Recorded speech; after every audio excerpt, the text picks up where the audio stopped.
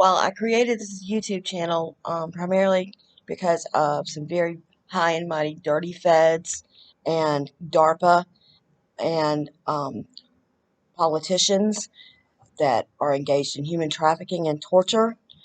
The first thing that I feel like is a priority that I need to address is what's going on right now in Afghanistan.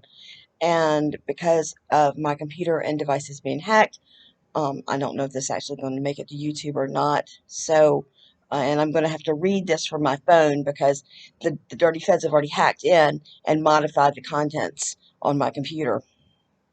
So obviously there must be some validity to what I have to say, or they wouldn't be trying so hard to prevent me from saying it. Just like they've done for the past 10 months on many, many, many other issues. But when you're guilty of 24 capital offenses, I imagine, well, I can't imagine, but obviously they are because they've continued relentlessly to attack me and to attempt to oppress me and defeat me and whatever, but I'm still here. But this has to do with Afghanistan, and it's Joe Biden, Donald Trump, and Barack Obama are conspiring with terrorists. This is why Biden is pulling all troops out of Afghanistan. George Bush, in Operation Enduring Freedom, sent U.S. forces to Afghanistan after 9/11 to stop the Taliban and Al Qaeda, the terrorist groups that killed 2,996 people on September 11th, 2001.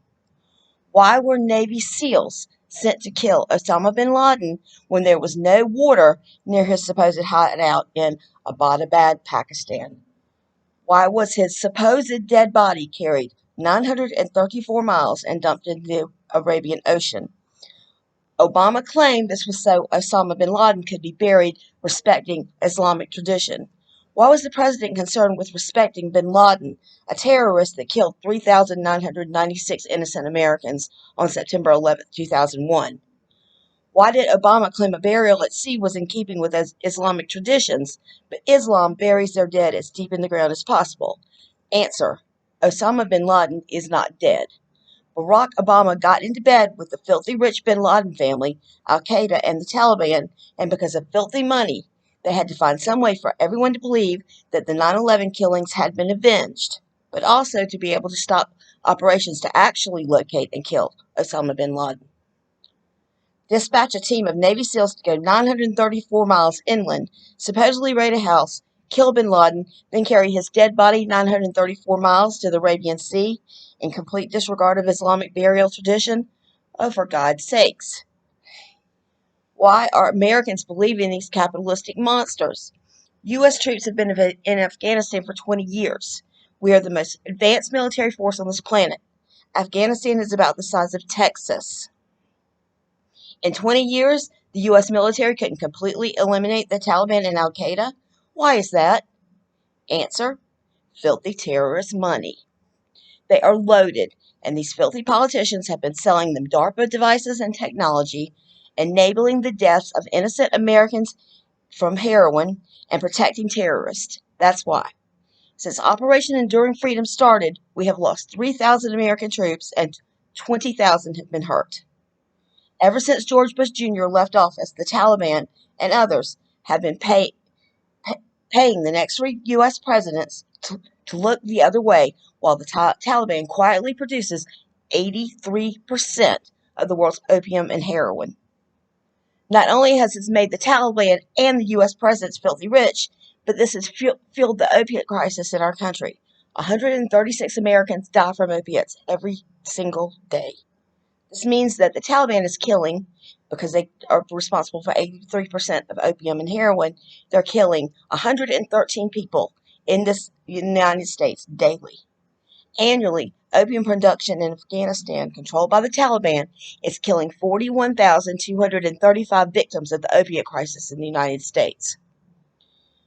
The Taliban are terrorists that hate Americans. They like killing us. But no one has a problem with Joe Biden pulling all of our troops out and giving the Taliban free rein to kill even more Americans.